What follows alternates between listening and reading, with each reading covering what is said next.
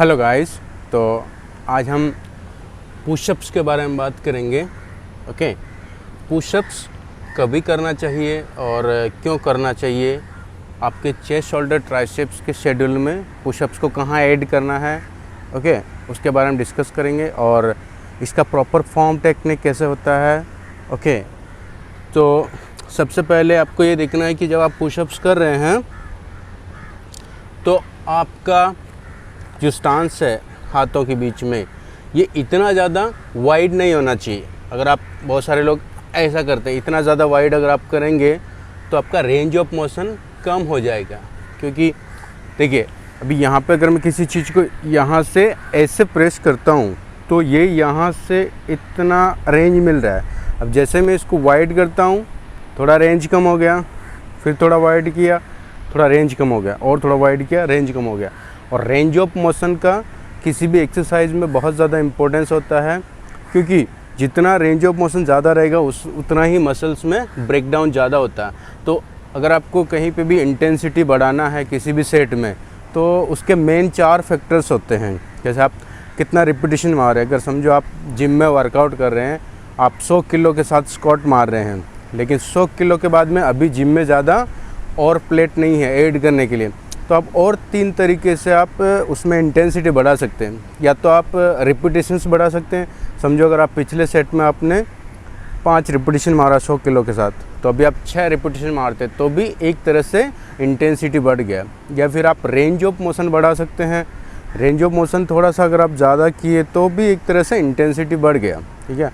या फिर speed, timing, duration कि आपने समझो पिछला सेट अगर आपने 6 सेकंड में किया या 8 सेकंड में किया और अभी अगर आप 10 सेकंड में कर रहे हैं तो भी एक तरह से इंटेंसिटी बढ़ गया।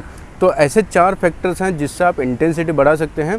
तो जैसे सेम इसमें भी अगर आप चेस्ट प्रेस कर रहे हैं या पुशअप्स कर रहे हैं और उसमें आपने रेंज ऑफ मोशन कॉम्प्रोमाइज़ किया, इसका मतलब आपका ऑलरेडी पाउंडेज ड्रॉप हो गया, ऑलरेडी आपका इंटेंसिटी ड्रॉप हो गया। तो जब भी आप वाइड स्टांस लेते हैं सब दोनों हाथ के बीच में, तो इससे रेंज ऑफ मोशन कम हो जाता है।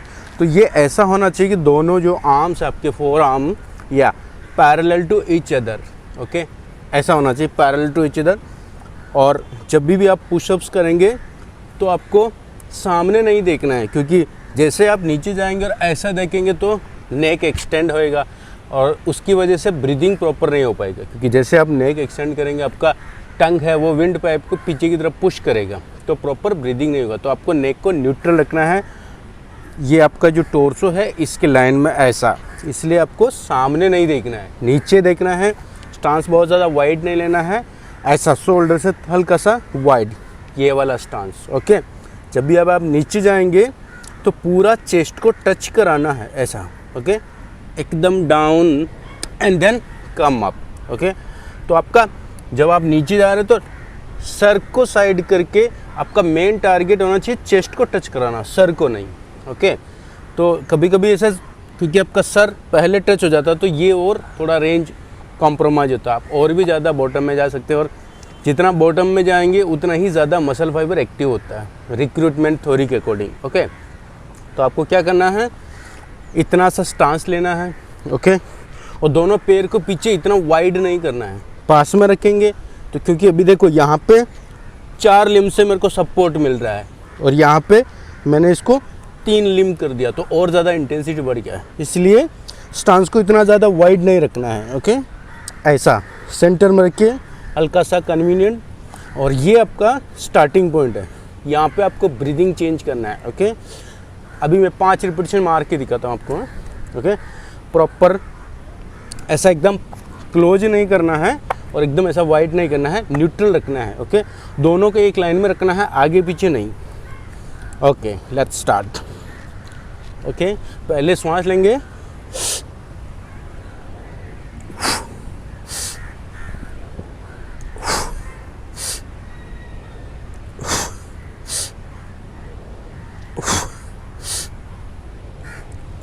ओके, ये अपना 5 रिपीटिशन हो गया।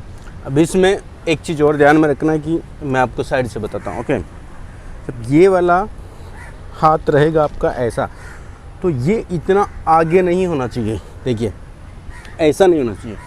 जब भी आप इसको फोल्ड कर रहे हैं तो ये एल्बो और ये इसकी लाइन में ऐसा होना चाहिए। देखो अभी ये स्ट्रेट है तो मैं जा रहा हूँ, मेरा बॉडी आगे है ऐसा।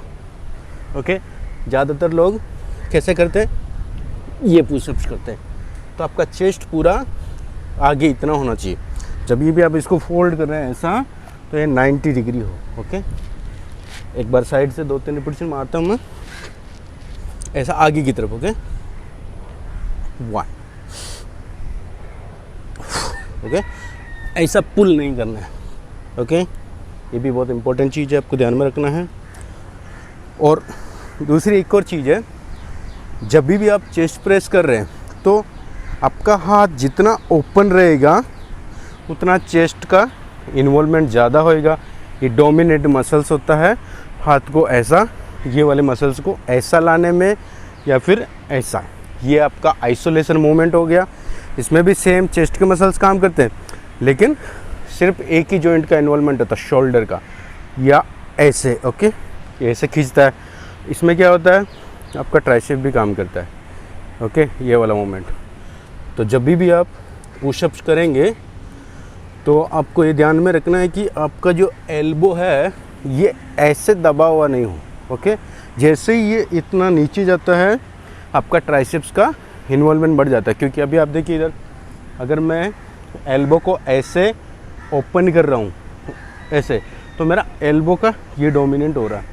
अभी मेरा चेस्ट ब्लॉक हो गया, क्योंकि चेस्ट का क्या काम है, यहाँ से ऐसा लाना। लेकिन अगर मैंने ऐसे कर दिया तो ये खींच नहीं पाएगा।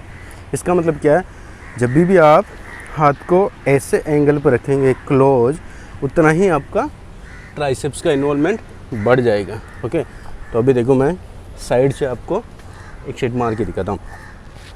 कभी कभी क्या होता है, देखो लोग ज़्यादातर ना ऐसा क्लोज करते हैं एल्बो को और फिर पुशअप्स करते हैं, स्पेशली योगा में। ओके, तो ये वाला अभी मेरा ऑलमोस्ट ट्राइसेप्स मसल्स जो है ना वो डोमिनेंट है। ओके, चेस्ट पे इतना नहीं आ रहा। ओके, तो आपको ये ध्यान में रखना है कि आप मेक श्योर कि आप चेस्ट कर रहे हैं या ट्राइसेप्स कर रहे हैं। और जब लोग ट्राइसेप करते हैं, ज़्यादातर लोग जिम में हैं, तो क्या होता है, वो ट्राइसेप्स के लिए क्लोज ग्रिप, जिसको हम डायमंड पुशअप्स भी बोलते हैं, तो क्लोज ग्रिप किया मतलब ट्राइसेप्स का इन्वॉल्वमेंट। पर ऐसा नहीं होता। आप देखिए, जैसे ही मैं हाथ को जितना क्लोज करता हूँ मेरा एल्बो खुल रहा है। ओके, यहाँ पैरेलल है।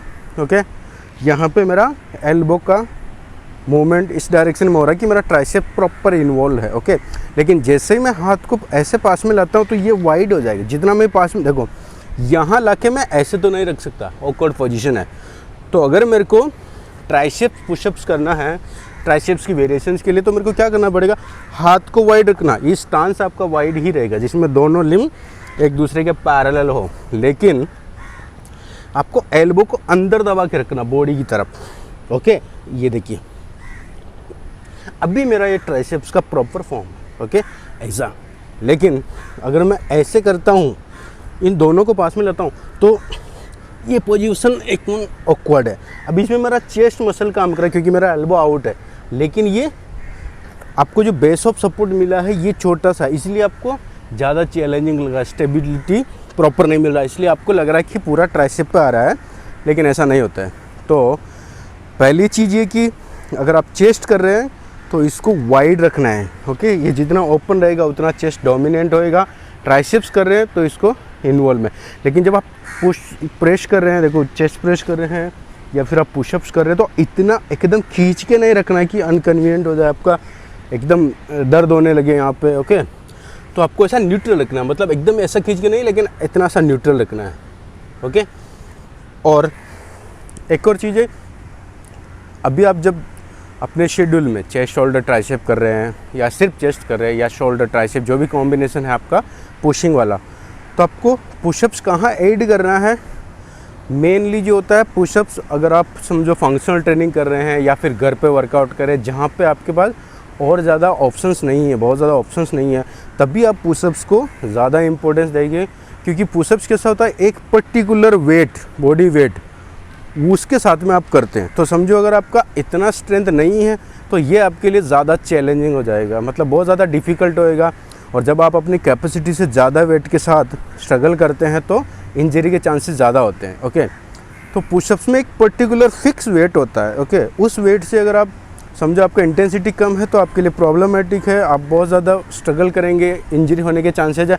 और अगर आपके लिए बहुत ईजी है क्योंकि आप ज़्यादा हेवी लिफ्ट कर रहे हैं, समझो आपकी बॉडी वेट से डबल या 2.5 गुना इतना अगर आपका अच्छा स्ट्रेंथ है तो आपके लिए पुशअप्स इतना यूज़फुल नहीं है, ओके। क्योंकि आपके पास इतना हेवी वेट करने के लिए वो सारे ऑप्शन भी है, जैसे फ्लैट बेंच प्रेस हो गया, इंक्लाइन, डिक्लाइन, ओके। तो ये पुशअप्स का ज़्यादातर शेड्यूलिंग कभी करना है जब आपके पास लिमिटेड ऑप्शंस हैं एक्सरसाइज में, जिम अवेलेबल नहीं है, घर पे एक्सरसाइज कर रहे हैं, बॉडी वेट के साथ कर रहे हैं, फंक्शनल ट्रेनिंग कर रहे हैं, तब भी आप इसको ज़्यादा करेंगे, ज़्यादा से ज़्यादा सेट करेंगे। लेकिन मेरा पहला प्रेफरेंस ये होगा, अगर आप जिम में वर्कआउट करें तो आपको पुशअप्स पे इतना ध्यान देने की ज़रूरत नहीं है। कभी कभार कर सकते हैं ऐसे कि आपका बॉडी थक गया, आपने अच्छे से दबा के डिक्लाइन किया, इंक्लाइन किया या फ्लैट बेंच प्रेस किया, उसके बाद आप चाहें तो थोड़ा सा इसको 1-2 सेट लेके प्रैक्टिस में रख सकते हैं, पर आपको इतना इम्पोर्टेंस देने की ज़रूरत नहीं है, ओके। अब दूसरा इम्पोर्टेंट पॉइंट क्या है, जब भी आप पुशअप्स कर रहे हैं तो अब इसमें कैसे इंटेंसिटी बढ़ा सकते हैं, ओके। तो ये जैसे नॉर्मल पुशअप्स हो गया, ओके। अगर मैं ऐसे पुशअप्स कर रहा हूँ तो मेरा बॉडी वेट का ऊपर वाला जो पोर्शन है, टॉर्सो, यानी हाफ बॉडी वेट का वजन मेरे चेस्ट मसल्स पे आ रहा है, क्योंकि लोअर बॉडी तो फ्लैट है, यहाँ से लेके ये वाला लोड आ रहा है। लेकिन अगर मेरे को और ज़्यादा इंटेंस करना है तो आपको क्या करना पड़ेगा, पैर को थोड़ा सा हाइट पे रखना है। ऐसा कोई भी चीज़ ले लीजिए जिसका हाइट इतना सा हो, फिर उस पर आप 10-15 रिपीटेशन करिए। अगर आपको वो भी इजी लगता है तो फिर जैसे जैसे आप हाइट बढ़ाते जाएंगे आपका मसल्स जो है ना, ये ऊपर वाला चेस्ट डोमिनेंट होता जाएगा, अंडरस्टैंड, ओके। क्योंकि जो आपका पूरा मसल्स है चेस्ट का, ये मेनली 2 पोर्शन में है, ओके। नीचे वाला, ऊपर वाला। ऊपर वाला जो है वो क्लेविकुलर पोर्शन है, ये वाला, और नीचे वाला स्टर्नम वाला, स्टर्नोकोस्टल जिसको बोलते हैं। तो ये जो नीचे वाला चेस्ट है, ये इसके कम से कम 60 to 70% मसल फाइबर जो है वो ऐसे एंगल में काम करते हैं। ये सारा समझो ये मसल्स का पूरा बंच है, ये इस एंगल में हाथ को ऐसे खींचता है, ऐसा वाला, ठीक है। तो जब भी आप फ्लैट कर रहे हैं उसमें आपका ये डोमिनेंट जो मेजर पोर्शन है वो कवर होता है फ्लैट में, या फिर आप जैसे डिक्लाइन करेंगे तो और ज़्यादा होएगा, ओके। और जैसे जैसे आपका एंगल ऊपर की तरफ होता जाएगा, मतलब इंक्लाइन की तरफ, उतना ही मसल फाइबर कम से कम इन्वॉल्वमेंट होएगा, क्योंकि यहाँ पे 30% के लगभग ऊपर वाले पोर्शन में मसल फाइबर होते हैं। तो जैसे जैसे आपका एंगल चेंज होएगा इंक्लाइन, इसलिए देखा आप, हम जब शोल्डर ओवरहेड प्रेस करते हैं तो ये चेस्ट के मसल्स फाइबर नहीं के बराबर काम करते हैं, एंटीरियर डेल्टोइड के साथ में हल्का सा हेल्प करते हैं, इसलिए ओवरहेड में इतना वेट लिफ्ट नहीं कर सकते हैं, क्योंकि चेस्ट मसल्स का इतना एक्टिवली इन्वॉल्वमेंट नहीं होता है, ओके। तो जैसे जैसे आपका एंगल ऐसे ऊपर होता जाएगा, आपका चेस्ट मसल्स का इन्वॉल्वमेंट कम होएगा और एंटीरियर डेल्टोइड का ज़्यादा होएगा। यहाँ पूरा आने के बाद में पूरा डोमिनेंट हो जाएगा शोल्डर। ये इंक्लाइन पोजीशन है, ओके, 45 डिग्री के लगभग। इसमें आपका अपर चेस्ट डोमिनेंट होता है। तो किसी किसी को आप देखिएगा चेस्ट मसल्स मस्त होता है, लेकिन यहाँ पे थोड़ा सा खड्डा जैसा फील होता है, ऐसा डीप। तो इसका मतलब उनका जो ऊपर वाला पोर्शन है, 30% वाला जो कवर होता है मसल फाइबर, ये ज़्यादा वीक है। तो ऐसी कंडीशन में उनको इंक्लाइन को डोमिनेंट रखना चाहिए। मतलब जब भी वो चेस्ट वर्कआउट कर रहे हैं तो always start with incline, incline से स्टार्ट करेंगे, फिर उसके बाद में आपको डिक्लाइन या फ्लैट जो भी करना है, ओके। तो ये ध्यान में रखिए कि ऊपर वाला पोर्शन जो 30% मसल फाइबर का इन्वॉल्वमेंट होता है। और जब भी आप वर्कआउट का शेड्यूलिंग कर रहे हैं तो कैसा होता है, बड़ा मसल से पहले फिर छोटा, ऐसा शेड्यूलिंग होता है। क्योंकि जब आप स्टार्ट करते हैं तो बहुत ज़्यादा फ्रेश एनर्जी होता है, तो जैसे जैसे आप बड़े मसल्स को कवर करते हैं तो अच्छे से परफॉर्म करते हैं। फिर उसके बाद में छोटा मसल, फिर थोड़ा एनर्जी लेवल ड्रॉप हो गया, फिर छोटा मसल, ऐसा करके। इसलिए तो चेस्ट, शोल्डर, ट्राइसेप्स का जो शेड्यूल होता है उसमें हम कभी भी ट्राइसेप्स से स्टार्ट नहीं करते, क्योंकि ट्राइसेप्स छोटा मसल होता है। तो हम क्या करते हैं, पहले चेस्ट लेते हैं, फिर शोल्डर, फिर ट्राइसेप्स, ओके। तो हमेशा बड़े मसल्स को पहले टारगेट करेंगे। और डिक्लाइन और फ्लैट दोनों में से आपको एक अल्टरनेटिव करना है, दोनों को नहीं करना। इंक्लाइन मैंडेटरी है क्योंकि अपर चेस्ट इन्वॉल्व होता है, लेकिन आपको फ्लैट या डिक्लाइन में से एक चूज करना, दोनों नहीं। ऐसा नहीं कि आपने पहले डिक्लाइन किया, फिर फ्लैट किया, फिर इंक्लाइन किया, तो आपका सारा एनर्जी चेस्ट में चला जाएगा, तो आप शोल्डर ट्राइसेप को अच्छे से ट्रेन नहीं कर पाएंगे, ओके। और इंक्लाइन एकदम ऊपर की तरफ है और डिक्लाइन और फ्लैट में थोड़ा सा डिफरेंस है, सिर्फ 15 डिग्री का, -15 डिग्री का एंगल चेंज होता है। तो अगर आप डिक्लाइन कर रहे हैं तो फ्लैट नहीं करना है, फ्लैट कर रहे हैं तो आपको डिक्लाइन नहीं करना, इतना सा आपको ध्यान में रखना है।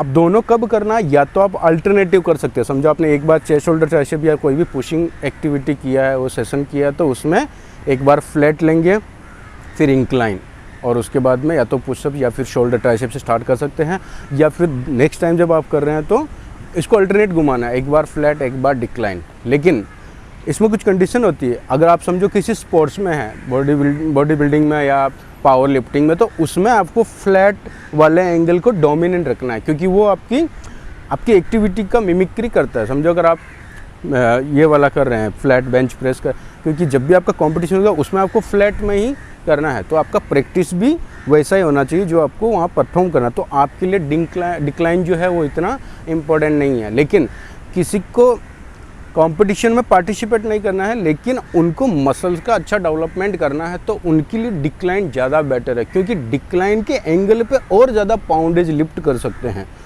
अगर आप कंपेयर करेंगे फ्लैट से। तो ये आपको ध्यान में रखना है कि अगर आपको सिर्फ मसल्स चेस्ट का अच्छा डेवलपमेंट करना है तो डिक्लाइन को डोमिनेंट रखना है, या फिर आप किसी स्पोर्ट्स स्पेसिफिक एक्टिविटी के लिए प्रैक्टिस कर रहे हैं तो फ्लैट को डोमिनेंट रखना है, लेकिन आप अल्टरनेट कर सकते हैं। इतना सा आपको ध्यान में रखना है। तो चेस्ट का जितना भी पुशिंग मूवमेंट हो गया उसमें बहुत सारे वेरिएशंस मिलेंगे आपको, decline, flat, incline, cable press, pack deck fly या फिर पुशअप्स। तो आज हमारा जो मेन डोमिनेंट टॉपिक है वो है पुशअप्स। तो पुशअप्स क्यों करना चाहिए, कब करना चाहिए, किस कंडीशन में करना चाहिए, इसका फॉर्म टेक्निक कैसा है, कौन सी कॉमन मिस्टेक होती है, कैसे इसको आप रेजिस्टेंस बढ़ा सकते हैं हाइट ऊपर करके। अगर किसी का फ्लैट में भी नहीं जा रहा है तो आपको क्या करना है, ये आगे वाला हाथ की तरफ वाला जो पोजीशन है इसको थोड़ा सा ऊपर करना है, तो और इजी हो जाएगा। एकदम वो वॉल पुशअप्स नहीं करना, चाइनीज़ पुशअप्स जिससे कुछ होता ही नहीं हो, तो कोई भी कर लेगा।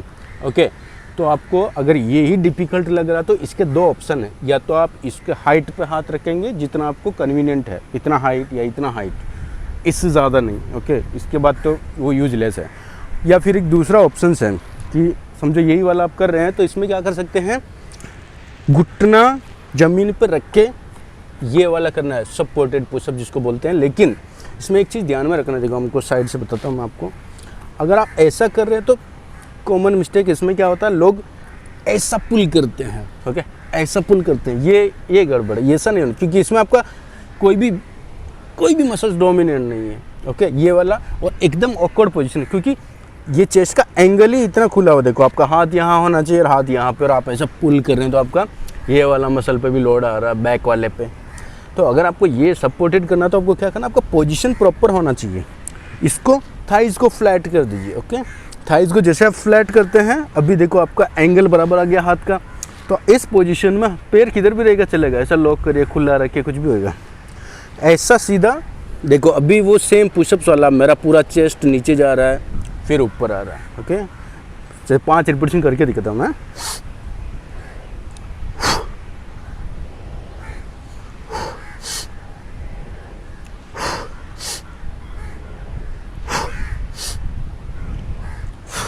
ओके, ऐसा वाला नहीं, ये वाला नहीं, एकदम ऑकवर्ड पोजीशन है। ओके, इतना तो इफेक्टिव है और आपके शोल्डर जॉइंट में प्रॉब्लम हो जाएगा। और अगर ये वाला फ्लैट करके और इजी लग रहा है आपको, तो एक काम और कर सकते हैं, यहाँ पे इतनी सी हाइट का या तो स्टूल लेंगे या कोई भी बेंच, स्टेपर बोर्ड, कुछ भी, उस पर फिर आपको थाइज को सा फ्लैट रखना है। ओके, तो क्या होएगा, यहाँ से थोड़ा सा एंगल बढ़ जाएगा। तो अगर मैं ऐसा करता हूँ तो मेरा पूरा बॉडी का वेट इन्वॉल्व हो रहा है, लेकिन अगर मैं थाइज को ग्राउंड पे कर देता हूँ तो मेरा इतना सा पोर्शन उस पे लोड दे रहा है, तो इससे थोड़ा सा इंटेंसिटी बढ़ जाएगा। तो पुशअप्स में कैसे इंटेंसिटी बढ़ाने का है, अगर नॉर्मल पुशअप से लाइट करना है तो आगे वाले पोर्शन पे हाइट बढ़ाते जाएंगे, और अगर इंटेंसिटी बढ़ाना है तो पैर की तरफ आपको हाइट बढ़ाना है। और एकदम नहीं कर पा रहे हैं, प्रैक्टिस कर रहे हैं, आप बिगिनर हैं, तो आपको क्या करना है, थाइज है उसको सपोर्ट पे रखना है, लेकिन घुटना सिर्फ टिकाना नहीं है, आपको क्या करना है, थाइज को फ्लैट कर देना है, तो और इजी हो जाएगा। ओके, तो ये हमारा पुशअप्स का कन्वर्सेशन फिनिश। इसमें कोई भी कन्फ्यूज़न रहेगा तो आप कमेंट बॉक्स में बताएं, फिर हम उस पर और भी डिस्कस करेंगे। Okay guys, thank you so much.